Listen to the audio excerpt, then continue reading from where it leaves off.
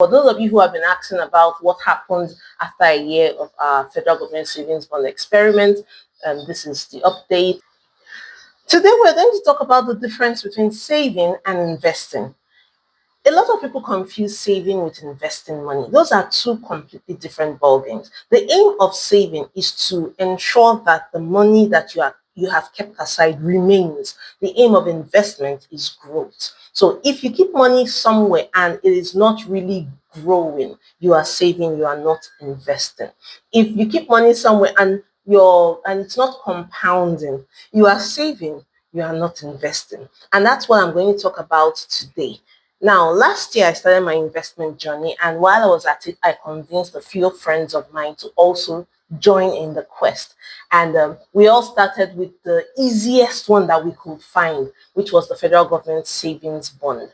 Now, initially, when I started, I thought it was investing. It is now that I have come to learn more about investing, I realize that that is actually saving because we are preserving capital. We are not actually investing for growth. So now that you know the difference, let's jump right into it. This is approximately a year since we started this journey together. I'm not going to use my personal details to talk about this one because, well, for reasons best known to myself. So the friend who started this journey with me, one of them has agreed for me to share her details to use, to train others. So that's what I'm going to do. I'm going to share my screen pretty soon, and then you will see what it means to actually save money. The vehicle that we use for this spreadsheet is the federal government savings bond.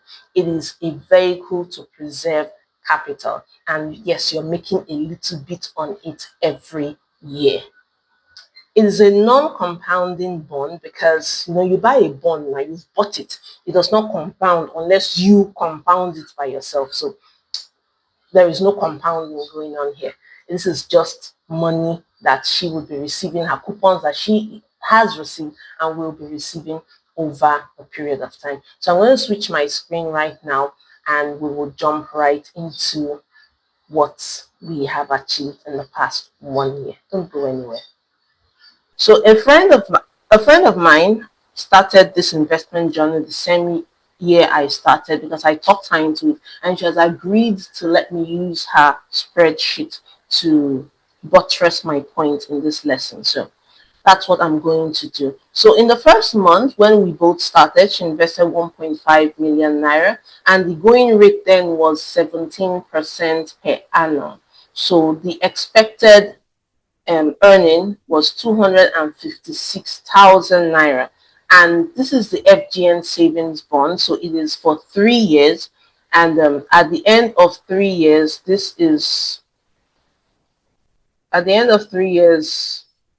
she is expected to, so at the end of 3 years, she's expected to have earned 769,500 naira from her investment, and she would get her initial investment back. So what she put in was 1.5 million naira in June 2025, and by June 2028 she would have her 1.5 million naira back, as well as 769,000, which is about 2.3 million naira, sort of. And that is for money that she just had sitting in her account doing nothing. So you can see in the second month, she also invested again because her business was kind of booming at that time and there was some excess fund coming in. So she put in another 1.5 million naira, but this time the interest rate has dropped to 16.7% from 17.1%. And you can see that her earning is down by 6,000 naira. So instead of 256, she's making 250,000 naira per coupon payment, or rather per annum. And of course, it's broken down to coupon payments. So in October, she got 62,000. In January, she got 62,000. In April, she got 62,000.